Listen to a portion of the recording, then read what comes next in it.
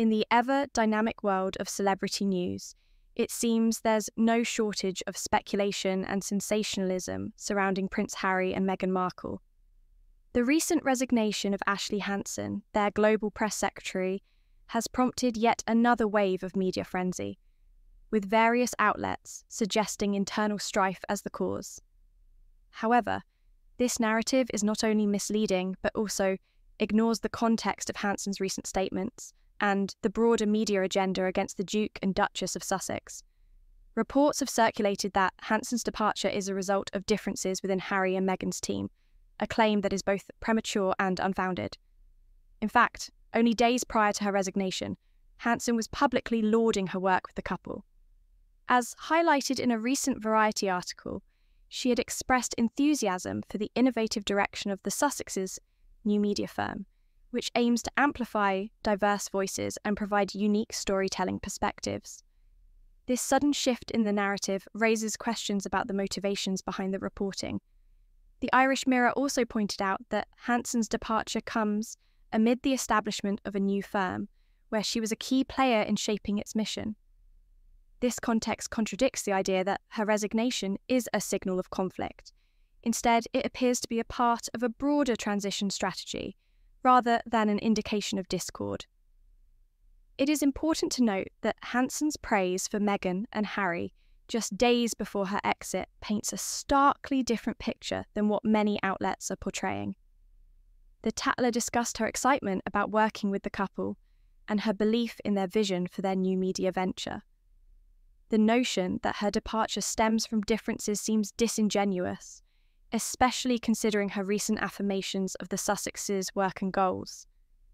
This raises important questions about the integrity of the reporting surrounding Meghan and Harry. Are we witnessing yet another instance of media bias? The media narrative often paints the couple in a negative light, using resignations and staff changes as fodder for speculation about their relationship and professional dynamics. The media's agenda. It's not news that the media landscape can be hostile towards Meghan and Harry.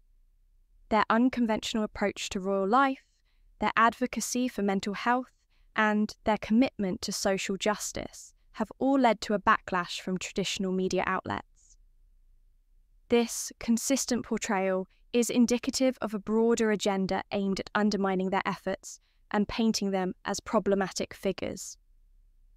The relentless scrutiny and negative framing serve a dual purpose. It generates clicks and feeds into a narrative that perpetuates the idea of Meghan and Harry as outliers within the royal family.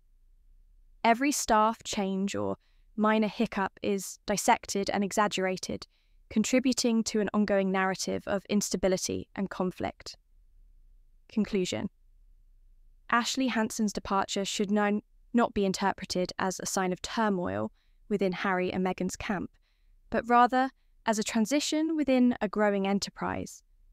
The media's portrayal of this event, focused on alleged differences, does a disservice to the nuanced reality of the situation. As they continue to chart their own course, the Duke and Duchess of Sussex face a challenging media landscape that is often more interested in sensationalism than in the truth. In an era where transparency and honesty are more crucial than ever, it's vital for consumers of news to approach these narratives with a critical eye, recognizing the potential biases at play.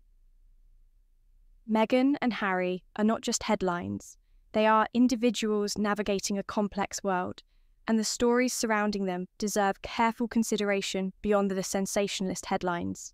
Meghan Markle's new venture, American Riviera Orchard, a lifestyle brand focused on sustainability and artisanal products, is the latest in a series of initiatives that have faced relentless media scrutiny. Critics have been quick to suggest its impending failure, focusing on reported internal struggles, such as difficulty finding a CEO and establishing a clear financial plan. However, much of the commentary appears biased, attacking Meghan herself rather than objectively evaluating the brand's potential. This type of media treatment, disproportionately harsh and personal, echoes broader societal patterns where powerful women, especially those who challenge traditional norms, are often met with undue criticism. This pattern is reminiscent of the historical witch hunts, where women, particularly those who owned land or were perceived as independent, were often targeted. In medieval and early modern Europe, many women accused of witchcraft were property owners or had control over significant resources. Their economic independence threatened patriarchal structures, leading to their persecution. Today, Meghan, a woman of influence who is carving out a distinct path for herself, one that includes control over land and ventures like American Riviera Orchard, faces similarly disproportionate and personal attacks. There is a striking parallel between the media's treatment of Meghan and the way powerful women have historically been demonized for stepping outside prescribed roles. For instance, during the real witch hunts, accusations were often rooted in fear of women's autonomy and the disruption of male-dominated power dynamics. Owning land or managing wealth made women more visible and vulnerable to these attacks. Meghan's venture into a brand that connects with nature and land resonates with that history. As a woman of colour and a figure outside of royal tradition, she embodies modern anxieties about women who assert independence and control, which can make her an easy target for smear campaigns disguised as business critiques. The media has consistently projected its discomfort with Meghan's independence, wealth, and influence. Her brand's association with artisanal products and sustainability could be seen as an empowering endeavour, yet it's portrayed as a red flag and a risky venture. This mirrors how independent, land-owning women were historically viewed with suspicion and targeted in witch hunts, deemed unnatural or dangerous for stepping outside their expected domestic roles. This media-driven hostility toward Meghan, often centred around her ventures, success and influence, is part of a broader historical pattern of undermining women who wield economic power or challenge established systems.